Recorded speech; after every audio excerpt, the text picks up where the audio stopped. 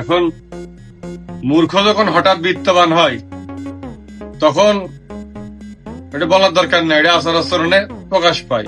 আমাদের আঞ্চলিক ভাষা যেটা বলে নতুন বড় লোক হওয়া, ও বোঝা যায়।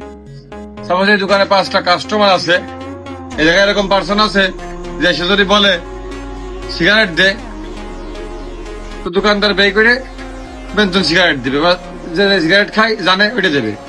কিন্তু কেউ যদি নতুন বড় লোক হয়, সে নিয়ে বসে আগে একটা বেঞ্চন দিত, কারণ জানে যদি ভাই সিগারেট দে তাহলে আর বেঞ্চন দেবে না, কারণ অন্যদিন বেঞ্চন খায় না। ওই বেঞ্চন এখন মানুষের দেখাবে যে আমি বেঞ্চন খাচ্ছি। প্রাণী জগতে ফিরে যাইতে আসছে বরং, কারণ বাস্তব জগতের উদাহরণ দিলেও দেখা যাচ্ছে আমাদেরই কারোর খারাপ লাগবে।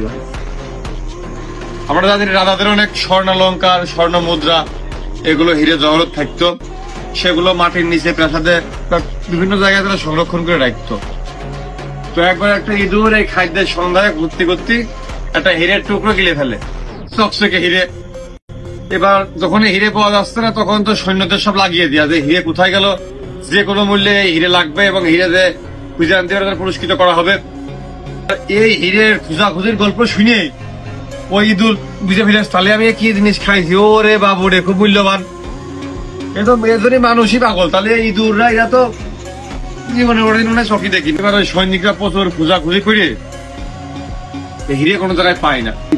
ভান্ডারের দায়িত্ব ছিল রক্ষণাবেক্ষণ সেক্টরে, টাকা সবাই চেকমেক করে কোনো জায়গায় কিন্তু পাওয়া যাচ্ছে না সেই হিরে। মুরব্বী যারা আছে না, বয়স্ক, টাকার ভিতরে হেল্প চাইলো, কোনো উপায় আছে কিনা। এবার এক মুরব্বী করলে তাহলে চেষ্টা করে দেখি, ব্যাপারটা পর্যবেক্ষণ করে দেখবে মাটির নিচে ইঁদুর এই জায়গায় ঢুকতে পেয়েছে। মানুষ এভাবে ঢুকার পরিবেশ নেই, কারণ এই যারা এই জায়গায় রক্ষণাবেক্ষণের দায়িত্বে আছে ওরাই মেন গেট দিয়ে ঢুকবে বেরোবে, তাহলে ওরাই দোষ হবে, ওরা তো কাজ করবে না। ইঁদুর এই নিজে ঢুকতে পারে, কিন্তু এবার ইঁদুর তো মেলা, কত ইঁদুরের ভিতরে কি করে যে খাইয়েছে ওইটা খুঁজে বের করবে। রাজ্যে যত ইঁদুর আছে সবার ওই বাঁশি বাজিয়ে বিস্কুট খাওয়ার দাওয়াত দেওয়া হলো, সব ইঁদুরে আসতে হবে। সব ইঁদুরে ওই জায়গায় আসলো, আসার পরে বিস্কুট খাওয়ার আয়োজন করা হলো। কিছুক্ষণ পর ওই বয়স্ক লোক দেখালো যে ও ইঁদুরটা ধরে নিয়ে আসো। ইঁদুরটা ধরে আনলো, পেট এক চাপ দিল, দেখলো শক্ত শক্ত কি যেন বাইক দিয়েছে। ওই ইঁদুরের পেট কেটে হিরেটা বেরোলো। ওই ইঁদুরই খাইয়েছে ইঁদুরের ভিতরে, কি করে বুঝলো?